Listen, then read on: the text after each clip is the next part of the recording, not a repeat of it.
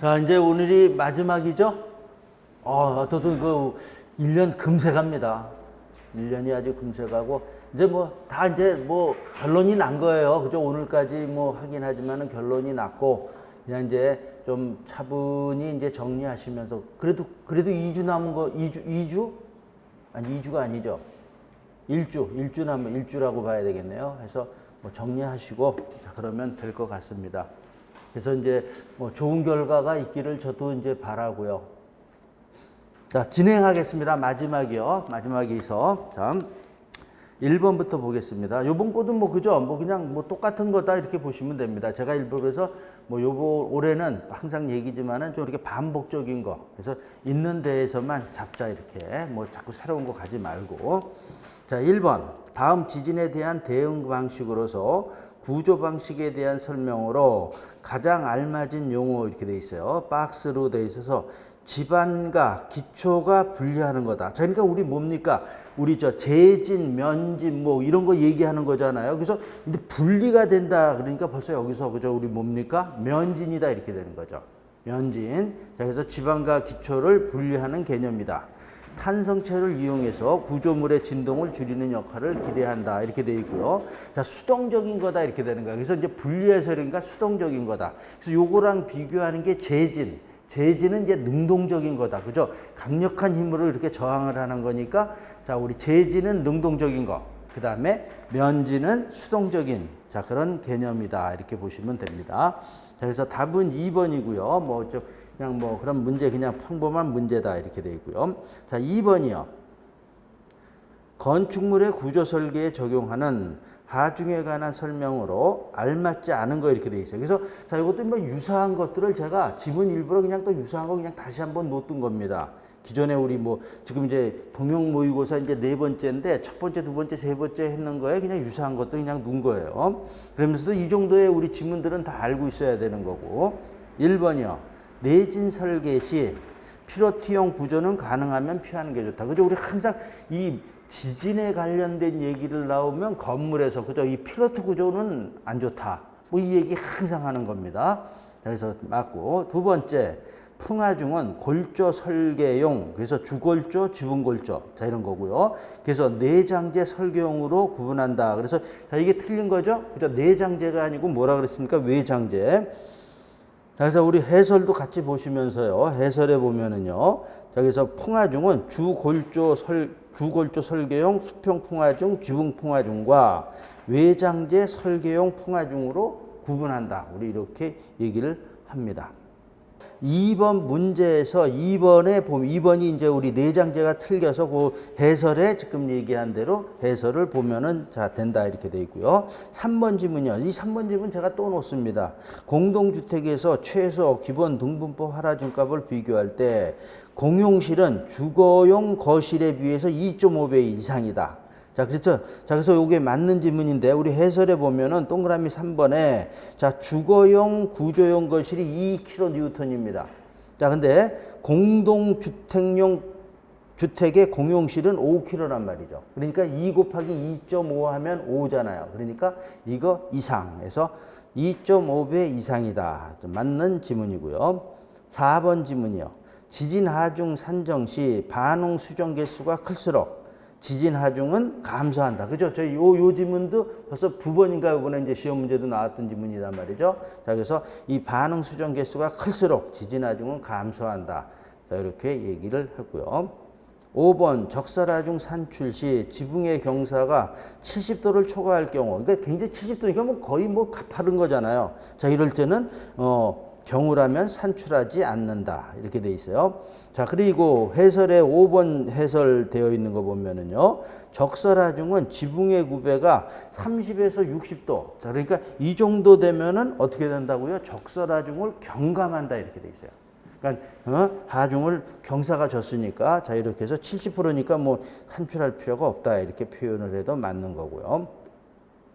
자, 그래서 2번 자, 우리 또 풀어 봤습니다. 2번 보면서도요, 우리 기본서에 있는 그 하중에 관한 그 내용들이 있죠. 쭉 이렇게 자꾸 가서도 좀 꼼꼼히 좀 읽어 주셔야 됩니다. 읽어 주시는 게 좋을 것 같아요. 3번. 점토 집안과 사질토 집안의 특성에 대한 설명으로 틀린 거. 자, 요것도 그죠? 우리 문제 뭐 답은 알지만 해설에 그 넣고 우리 기본소에 돼 있는 거 이거 그죠? 사질 집안하고 점토 집안의 그 반대되는 개념을 비교한 거. 그죠? 반드시 알아야 되는 거죠. 그리고 그 밑에 또 해설에 보면은요, 그 뭡니까? 그죠? 자, 우리 뭡니까? 지중응력 분포에 대한 것도, 그죠? 접지압에 대한 거, 그리고 이 접지압에 의해서 치마가 일어나는 거. 그게 반대잖아요. 반드시 우리가 알고 있어야 되는 거죠. 그래서 이제 다시 그냥 문제로 보고 틀린 거 잡아내는데, 1번. 점토 집안의 내부 마찰각은 사질토보다 크다. 가 아니라, 그죠? 사질. 모래 집안이 그죠 우리 마찰력이 크다. 마찰력 또는 내부 마찰각 이렇게 얘기했어요. 그러니까 똑같은 얘기라고 우리는 보라 그랬어요. 그래서 자, 요 1번이 틀렸습니다. 자, 2번 점토 집안의 압밀 속도는 사질보다 느리다. 점토 집안의 압밀. 자, 그러니까 자, 사질토는 공간이 많으니까 쑥 들어간다고요. 그죠? 그래서 자, 압밀 속도는 자, 사질토는 즉시 나타나는 거고 점토 집안은 서서히 나타나는 거죠. 뭐 공간이 적으니까.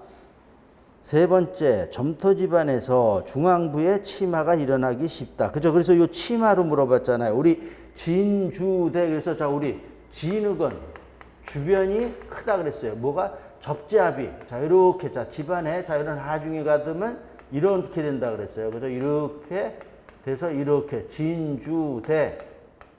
자, 주변이 이거라는 거예요. 근데 이거에 비해서 치마는 중앙이 여기가 약하니까 치마가 여기가 많이 되고 이렇게 되는 거죠. 그죠? 이렇게 되는 거. 그래서 이렇게 그러니까 중앙에 치마가 일어나기 쉽다. 맞고요. 네 번째 질문, 점토는 굴착 후 토량의 부피 변화가 크다. 그죠? 굴착한 다음에 자, 우리 모래는 별로 변하지가 않는다 그랬습니다. 그렇지만은 점토는 그죠? 이 부피 변화가 크다. 5번 사질토 집안은 지진 시 유동화 현상이 일어나기 쉽다. 그죠? 자, 우리 얘기 많이 했습니다. 자, 이렇게 해서 그 해설에 다시 있는 것들이요. 그죠? 어떻게 됩니까? 자, 우리 투수성, 마찰력, 점착성, 유동화, 안밀치마, 치마량, 가소성, 전단 강도, 동결 피해, 예민비, 불결한 시료의 채취, 굴착 후 부피 변화율에 대한 거. 자, 이거 그죠? 우리 어느 게 크고 작은 거 이해하셔야 되는 거예요. 외우는 게 아니고요.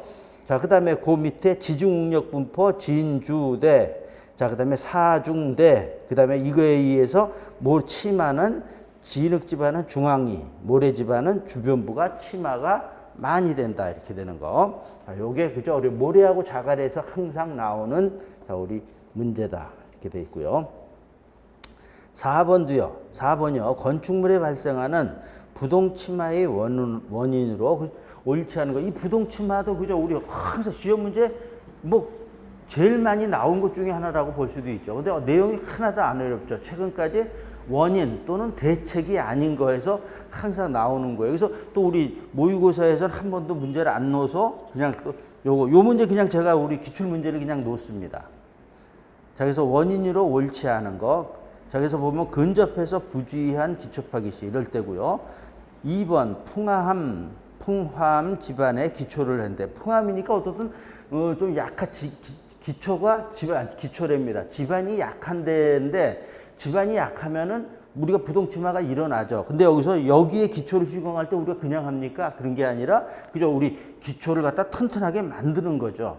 자, 그래서 부동치마의 원인이 아니다. 2번이 이렇게 되는 거고요. 3번, 4번, 5번. 자, 다 되는 거고요. 그러면서 이제 요것도 해설에 부동치마의 원인을 갖다가 이렇게 말로 쭉 썼는데 제가 그 그림으로 그죠? 뭐 이렇게 연상을 하면 뭐 이럴 때 뭐 어떻든 뭔가 문제가 있을 때 이럴 때는 문제라는 거는 뭐 그죠? 연약 집안, 경사 집안, 이질 지층, 낭덩어리지, 일부 지층 뭐 등등등등 해서 여기 나온 것들 그죠? 이런 것들이 자, 우리 부동치마의 원인이다 이렇게 얘기합니다. 그래서 이런 것들을 자, 우리 그죠? 항상 그래서 부동치마도 우리 그저 원인 대책을 갖다가 한번 이렇게 가기 전에 한번 쭉 그냥 보면 되는 겁니다. 어렵지 않습니다.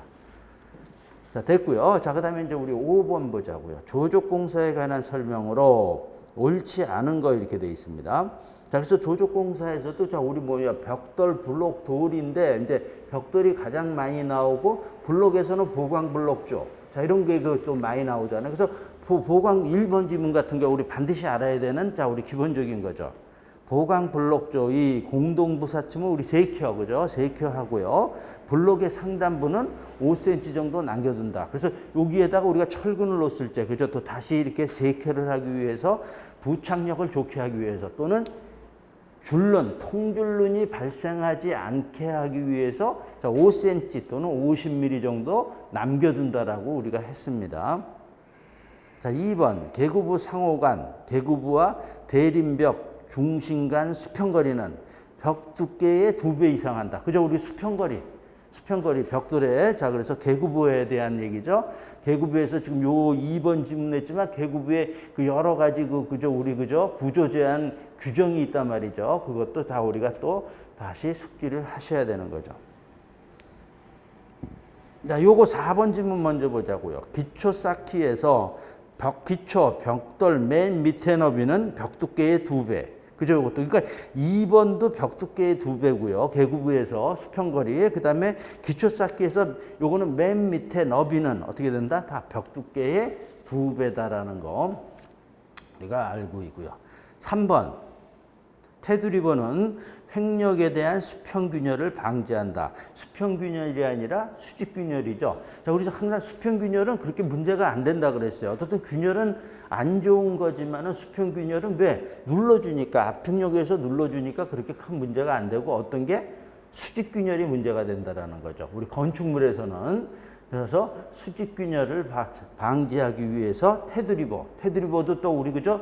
테두리보가 그죠 뭡니까? 조족식 벽 위쪽에다가 철근 콘크리트 볼을 설치한 거예요. 그래서 근데 또 목조 테두리보도 있습니다.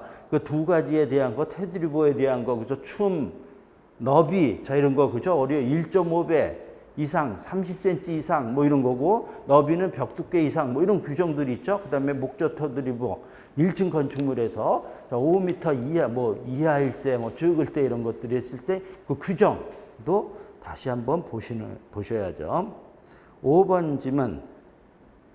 임방블록은 도면 또는 공사 시방서에서 정한 바가 없을 때에는 창문을 좌우 옆턱에 400mm 그죠? 이렇게 되는 거죠. 자, 이것도 그래서 지금 임방블록이니까 블록에서의 얘기입니다. 400mm 또 그냥 우리 200mm도 하잖아요. 근데 또 벽돌에서도 자, 벽돌에서는 1.8m가 넘는 데는 그죠? 철근 콘크리트 볼을 임방볼을 설치하는 거죠. 근데 좌우 벽체석으로 200mm 이상 우리가 물리게 하다 이런 규정이 있어요. 그래서 자, 거기 나오는 구조 제한들 조족식에서는 자, 테두리보, 개구부, 자 그다음에 뭡니까 내력벽이 제일 많이 나왔어요. 그죠? 내력벽 뭐 10m 이하로 하라, 4m 이하로 하라, 그죠?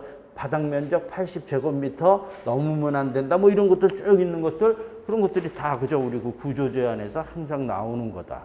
그다음에 그 아치도 나오죠. 아치 1m 이하일 때는 수평아치. 평화치를 한다. 뭐 이런 얘기도 우리가 그 이외에 등등등등 어떻든 쭉 가시기 전에 한번 기본서든지 뭐 요약해 놓으신 것들을 보고서 가셔야 됩니다.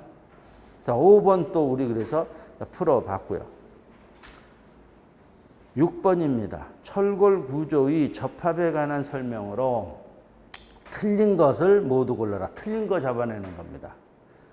기억, 애치형광보에서 프렌지의 국부 좌고를 방지하기 위해서 스티프너를 사용한다. 자, 우리 그죠? 우리 뭡니까? 보에서 조립보죠. 그러니까 플레이트 거더라고도 얘기하는 거에 들어가는 게 뭡니까? 우리 그 조립하는 게 맨 위에가 커버 플레이트, 그 다음에 플랜지, 그 다음에 외부 이렇게 되고 또 스티프너 이런 것들을 그저 우리 이런 걸로 해서 조립을 한단 말이죠. 자, 그래서 여기에 프렌지는 왜 되는 뭡니까? 자, 이렇게 지금 얘기한 거 다시 한번. 자, 우리 앞자만 쓰자. 커버 플레이트, 플랜지. 자, 그 다음에 외부. 자, 그 다음에 스티프너. 자, 이런 것들이 플레이트 거더에 들어가는 거죠. 자, 들어가면서 커버 플레이트하고 플랜지가 자, 얘가 뭡니까? 휨 모멘트에 저항하기 위해서 오죠? 휨 모멘트에 저항하기 위해서 되는 게 이거라는 거죠. 자, 외부는 뭡니까? 외부는 전단력 보강이죠. 자, 근데 스티프너가 얘가 외부의 좌구를 방지하는 또는 전단 보강도 하고요. 자, 요게 요런 것들이 요런 내용들 항상 뭐 많이 나왔던 거죠. 자, 그래서 자, 이 기억 지문 애치형광보호에서 플랜지의 국부 자골 방지를 위해서 스티프너, 자, 스티프너 외부의 자골 방지를 위해서 스티프너를 사용하는 겁니다. 플랜지는 뭐예요?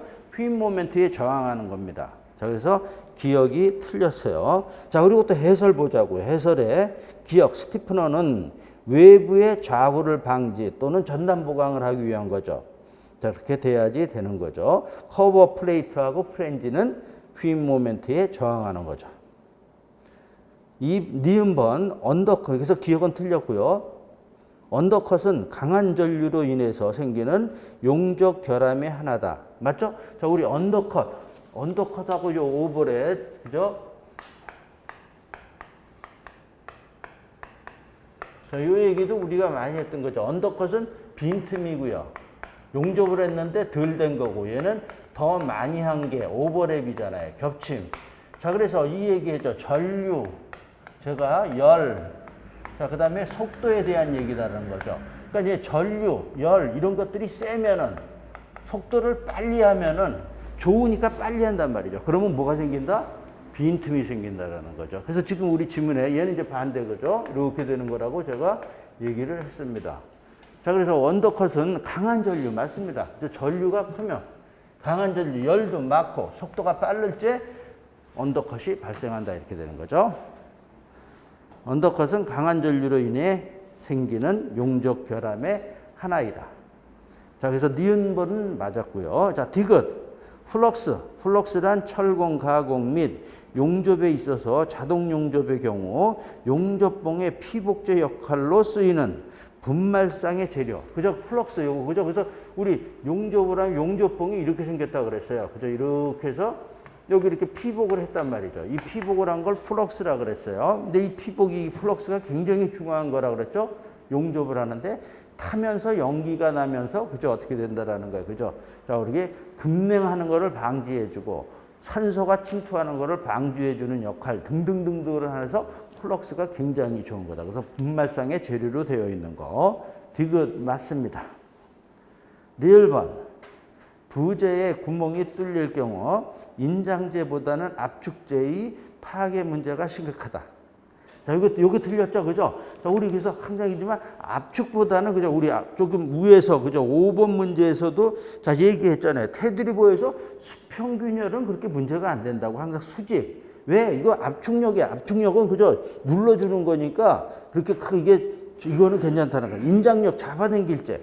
자, 그래서 요 반대로 얘기했죠? 자, 그래서 해설을 보면은요, 구멍 부분에는 응력 집중 현상이 발생하기 때문에 부재에 구멍이 뚫릴 경우 압축재보다는 인장재의 파괴 문제가 더 심각하다. 이렇게 돼 있어요. 그래서 응력, 요것도 이제 우리 그냥 이런 부재가 있다. 이제 이게 또 우리 기계에서 이제 이 얘기를 많이 해요. 자, 이런 부재가 있다. 예를 들면은 그러면 이런 데 이렇게 따졌다라는 거죠. 또 이렇게 구멍이 있다 그러면은요, 이쪽에 힘이 집중한다 그래요. 그게 뭐예요? 응력 집중이라는 거예요. 힘이 이런 데에 집중을 한다라는 거예요. 근데 여기 공간이 있으니까 이런 데가 파괴가 되는 거예요. 그래서 응력 집중이라는 말이 나옵니다. 어떤데? 이런 데보다, 이런 일반적인 부분보다는 이렇게 변화가, 모양이 달라지는 부분, 이런 데서는 힘이 집중이 되는 겁니다. 그러니까 거기가 나가는 거예요. 그래서.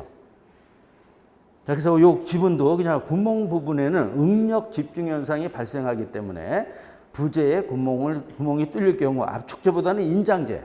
그러니까 이런데 하중을 받으면은 그죠? 이런 데서 문제가 된다는 거예요. 그래서 인장력.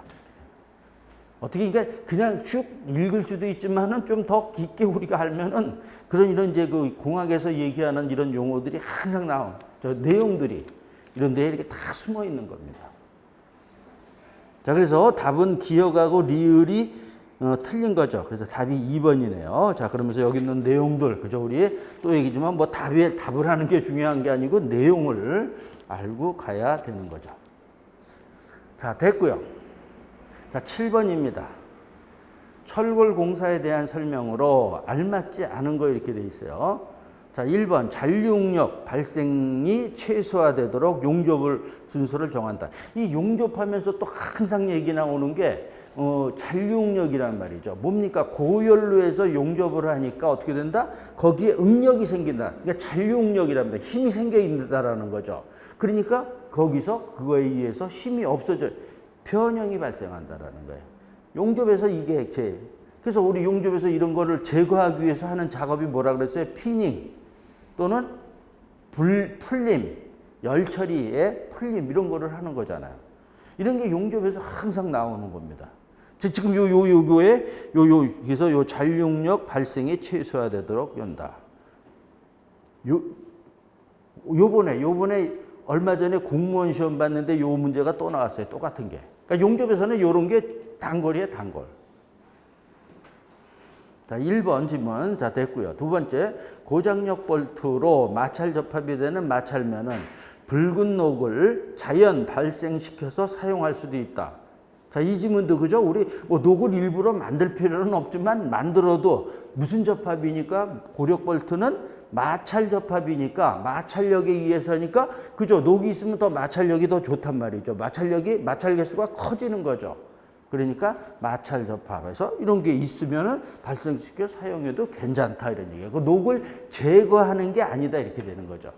자, 이런 얘기들 자 우리 또 많이 지문 이것도 본 거고요. 세 번째 횡력에 대한 저항으로 철골 가세를 보강할 수 있다. 그죠? 횡력이 수평력이잖아요. 가세가 뭐예요? 대각선으로 대주는 부재잖아요. 자, 이게 뭡니까? 그래서 우리 방향에 의해서 수직화 중에는 튼튼하단 말이죠. 일반적으로 해도. 근데 그죠? 우리 횡력, 수평력에 약해서 이런 걸 보강하기 위해서 우리 부재를 무슨 모양으로? 삼각형 모양으로 만드는 거잖아요. 자, 그래서 그렇게 대각선으로 대주는 부재를 뭐라 그런다? 가세라고 얘기한다. 또는 영어로 브레이스라고 얘기한다. 4번 시어 커넥터는 철골부에서 외부의 자구를 방지하기 위한 거다. 또 나왔네요. 외부의 자구를 방지한다. 이 얘기 나오면 우리 그냥 무조건 뭐 나오는 겁니까? 스티프너 나오는 거죠. 스티프너. 그죠? 자, 그래서 여기서 시어 커넥터는 뭐예요? 그러면은, 자, 그죠? 시어 커넥터는 부착력을 향상시키기 위해서, 자, 우리 보호 같은데 뭡니까? 스터드 볼트를 용접을 하잖아요. 스터드 볼트. 얘가 뭡니까? 양 부재를 갖다가, 그죠? 우리 부착력을 좋게 하기 위해서 스터드 볼트를 용접하는데, 이런 거를 시어 커넥터라고 그러죠. 또는 전단 연결재. 자, 이렇게 얘기하는 거. 자, 그래서 요 4번이 이제 틀렸지만은 알아야 되는 거고, 요것도 해설 한번 보자고요. 해설 보면 시어 커넥터, 그 다음에 땡땡이 빠졌네요. 시어 커넥터, 철골보와 콘크리트 슬래브를 고정시키는 전단 연결재다. 그래서 이 전단 연결재 그 부품 이름이 뭐예요? 그러면 스터드 볼트다. 이렇게 우리가 얘기를 하죠. 자, 두 번째 스티프너는 이것도 땡땡 점이 빠졌네요. 철골보에서 외부의 자굴, 그죠? 스티프너. 얘가 제일 이때까지 중에서 제일 많이 나왔습니다. 철골 구조에서. 외부의 자굴 방지. 자, 요 얘기. 자, 됐고요. 자, 그 다음에 5번 지문도 보자고요. 엔드탭은 용접의 시작과 종점에 용접 불량을 방지하기 위해서 설치하는 판이다. 맞죠? 시작하고 끝부분은 그저 어떻게 됩니까? 중간 부분에 비해서 외부에 노출이 되어 있으니까 어떻게 됩니까? 그저 금세 식는단 말이죠. 금세 식으니까 수축이 간단 말이죠. 그 수축 가는 걸 우리 뭐라 그랬어요? 크레이터 맞죠? 크레이터, 분화구라 그랬어요. 그런 게 푹 파지는 거. 그래서 이런 거를 크레이터를 방지하기 위해서 판을 대고 하는 거죠. 그 판이 뭐예요? 엔드탭이다. 자, 이렇게 되어 있고요. 자, 그래서 7번에 있는 문제, 지문들도 그저 하나하나 다 전부 우리가 알아야 되는 지문들이다. 8번이요. 철근의 가공. 우리 철근 구부리잖아요. 구부려서 사용한단 말이죠. 대한 설명이다. 알맞지 않은 거. 자, 그래서 1번 철근의 구부리기는 가열해서 가공하지 않은 거. 우리 구부리기를 하는데 그죠? 잘 안 구부려지면 가열하면 잘 구부려집니다. 옛날에 이것도 그러니까 옛날이죠. 이제 옛날 됐습니다. 옛날에는 몇 미리 기준으로 해서 몇 미리 이상은요. 우리 수치는 몰라야 되지 뭐 이거를 가열해서 가공을 하라고 그랬어요. 근데 이제 최근에 바뀌었어요. 다 뭘로요? 상온에서 그냥 가공을 하라는 거죠. 구부리기를 하라는 겁니다. 그럼 어떻게 구부립니까? 그러면 이제 기계가 좋아졌기 때문에 그 가공 구부리는 기계가 좋아졌기 때문에 다 구부릴 수 있다라는 거죠. 그죠? 만약에 가열하면 어떻게 됩니까? 가열해서 구부리면은 구부리기는 좋지만 가열을 했다 식었다 그죠? 가열했다가 식었다 이러다 보면 물성이 변한다고 우리가 얘기를 하잖아요. 그죠? 그러니까 우리가 원하는 강도가 그저 변할 수 있다. 또 뭐야? 잔류력이 발생할 수 있단 말이죠. 그러니까 그런 거니까 안 좋다 이렇게 되는 거예요. 그래서 우리 상온에서 가공하는 것이 원칙이다.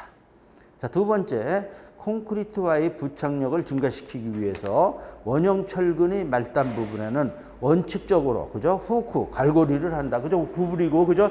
부착력을 좋게 하기 위해서. 그럼 우리 또 이형 철근하고 원형 철근 얘기하면은 이형 철근이 원형 철근의 부착력이 40% 정도 더 좋다 그랬어요. 원형 철근은 실은 어떤 특수한 목적 이외에는 사용하지 않죠. 그냥 다 이형 철근을 사용하는 거죠. 우리 그저 리브 그저 이렇게 울퉁불퉁한 거 다 사용한단 말이죠. 어떻든 자 얘는 그래서 콘크리트의 원형 철근 사용할 때는 뭐야 반드시 갈고리 후크를 해야 됩니다. 3번 질문 이형 철근은 부착력이 크므로 좋음으로 후크를 생략할 수 있습니다. 그죠? 생략할 수 있다 이렇게 우리 되어 있어요. 근데 기둥이나 보, 기둥하고 보는 어떻게 되냐 굉장히 중요한 부재라는 거죠. 그죠? 우리 그저 건축에서 기둥 보, 기둥하고 보는 굉장히 중요한 거란 말이죠. 다른 것들도 중요하지만 얘가 우리가 건축물을 유지하는데 가장 중요한 기둥과 보에 들어가는 철근은 얘는 이형 철근이라도 뭘 하라고요? 갈고리를 하라고 돼 있죠. 자, 그래서 기둥과 보의 정착 철근 그러니까 주근도 구부러 주고요. 그 다음에 또 뭐도요? 거기에 감싸는 철근. 기둥에는 뭐야? 띠철근, 대근, 후프. 그죠? 용어. 이런 거. 그 다음에 보에는 느끈이라 그러잖아. 스트럽.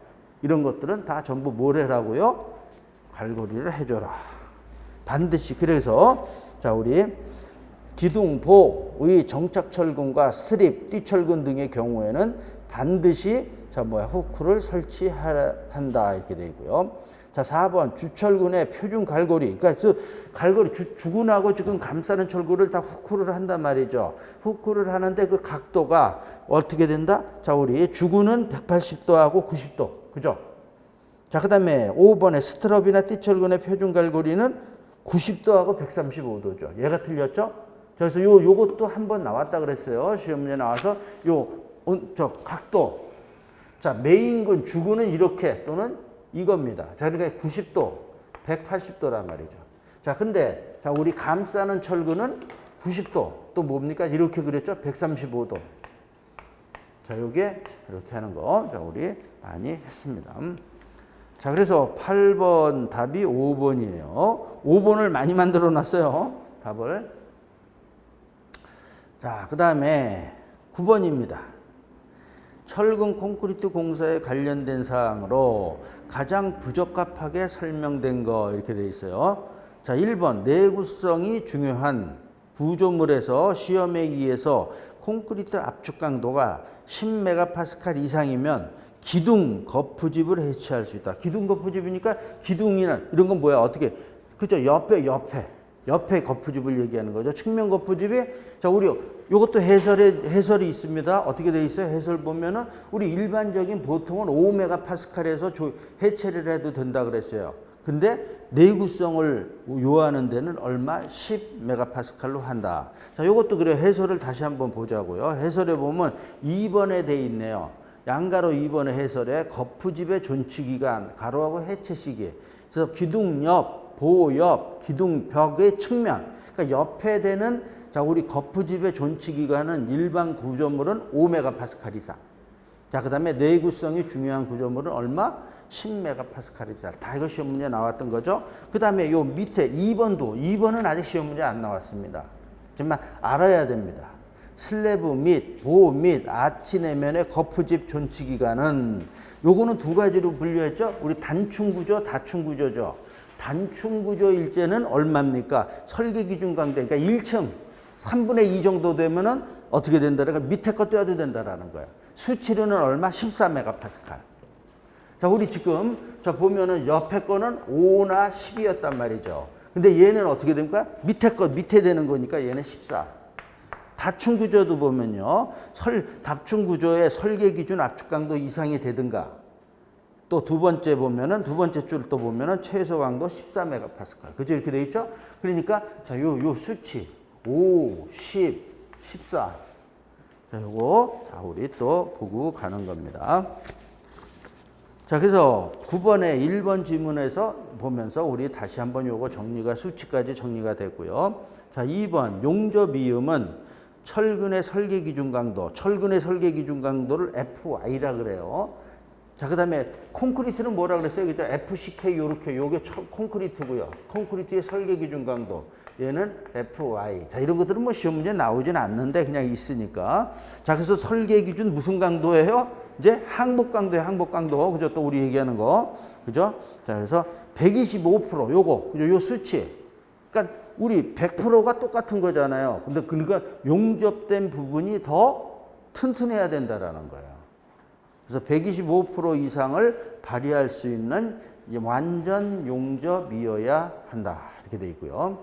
여기서 맞는 지문 1번, 2번 다 맞는 지문이죠. 자, 3번 건조 수축 또는 온도 변화에 의해서 콘크리트에 발생하는 균열을 방지하기 위해서 사용하는 철근을 그죠? 수축 온도 철근, 온도 수축 철근 그죠? 이런 데에 사용하는 거니까. 그래서 이건 뭐 그냥 일반적인 그냥 뭐 지문이다 이렇게 보시면 되는 거죠.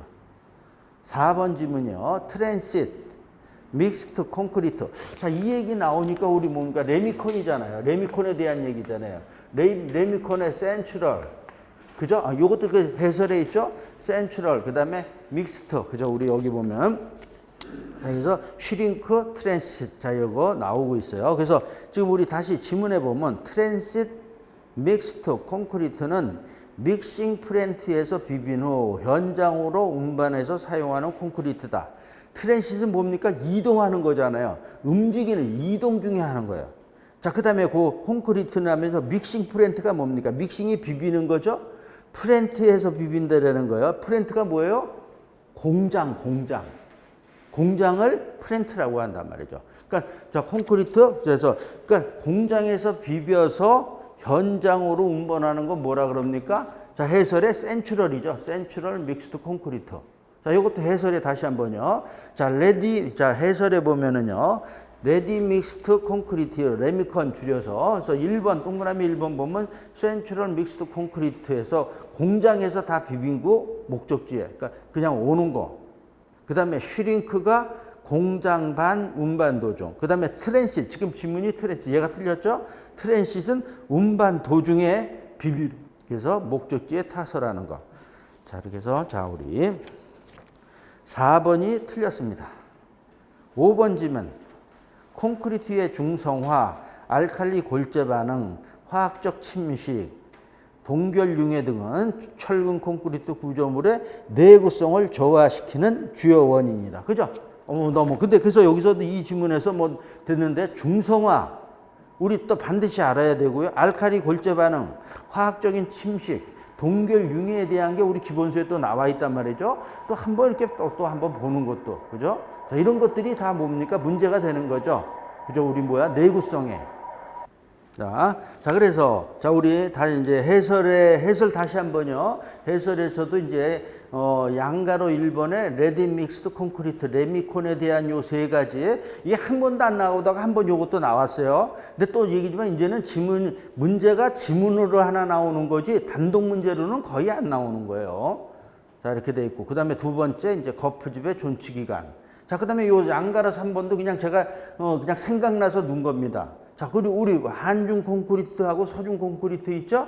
그냥 콘크리트에서 우리 추울 때, 더울 때, 요 온도. 다시 한번 제가 놓은 겁니다. 4도 이하, 서중 콘크리트는 25도 이상이고, 이렇게 되는 거예요. 여기는 안 넣었지만 또 우리, 그죠? 타설하는 거하고 이어붙기에 대한 그 시간 있죠? 그 시간, 그래서 그것도, 자, 우리 25도를 기준으로 해서 그 이하일 때 우리 콘크리트 타설할 때 2시간입니다. 자, 근데 그거보다 이상일 때는 한 1.5시간이고 이어치기는 30분 더 추가가 되는 거죠. 그래서 2.5시간. 자, 이렇게 되는 거고. 자, 되는 것들.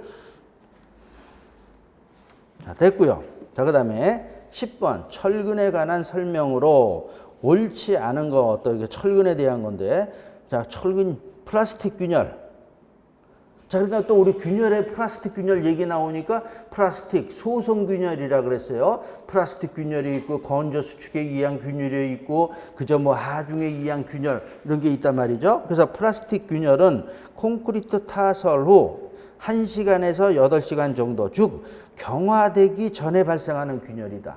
맞죠?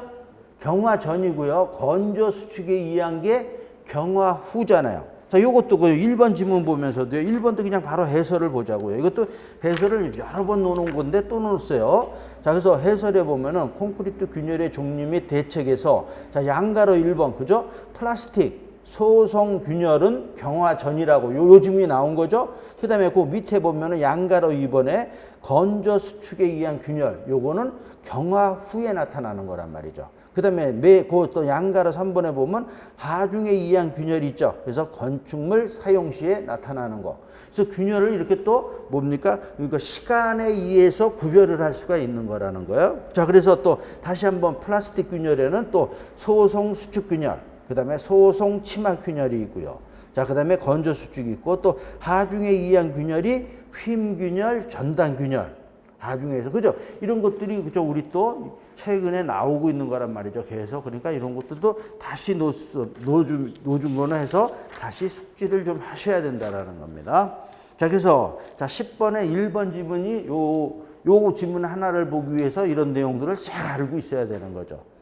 자, 1번 지문 맞고요. 자, 2번 시멘트 분말도가 크면은 균열 발생이 줄어들지 않는다. 시멘트 분말도가 크다라는 거는 입자가 곱다 거칠다 고운 겁니다. 고우니까 잘 비벼지는 거예요. 잘 비벼지니까 어떻게 된다? 수화 반응이 빨라집니다. 수화 반응이 빨라지면서 수화 반응이 빨라짐으로써 수화열이 많이 발생합니다. 열이 많이 발생하면 균열이 많아지는 거죠.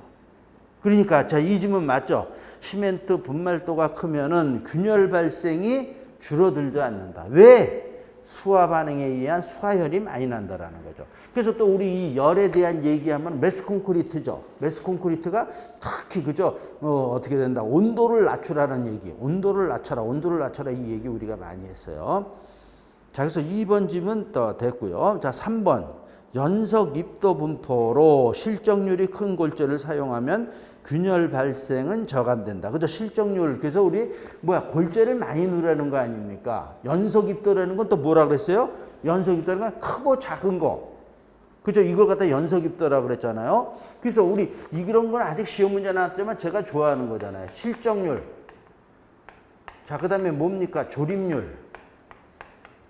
자, 그다음에 뭡니까? 잔골재율. 그죠? 요게 뭡니까? 우리 골재에서 나오는 용어들이란 말이죠. 자, 오늘 실적률은 큰 게 좋은 겁니다. 그죠? 실적률이 뭐예요? 부피. 골재가 많이 들어가는 거죠. 어떤 우리 공간 최적에. 그 다음에 조립률은 얘는 뭐면 조립률도 커야 된다 그랬어요. 무슨? 가는 모래보다는 굵은 모래. 그 다음에 장골재율은 작은 게 좋다. 얘는 뭐야? 자갈하고 모래를 갖다가 비교한 거죠. 그러니까 자갈을 큰 걸 많이 넣어라. 이 지금 얘기가 다 뭡니까? 그죠? 입자가 큰 게 좋은 거잖아요. 그래서 이게 우리 골재, 이게 다 어떤 골재에서 나오는 건데, 골재는 우리 제가 뭐라 그랬습니까? 여러 가지 역할은 있지만 요 얘기 많이 한다 그랬어요. 그죠? 균열을 줄이는 역할을 하는 거다. 이렇게 얘기를 많이 했단 말이죠. 자, 그래서 3번 질문 다시. 연석 입도 분포로 실적률이 큰 골재를 사용하면 균열은 발생은 저감되는 거고요. 자, 네 번째 질문. 콘크리트의 중성화가 진행되면서 철근이 부식되면은 전 철근이 그저 부피가 커지는 거잖아요. 늘어나고 이에 콘크리트를 밀어내게 되면서 발생 균열이 증가한다. 맞죠?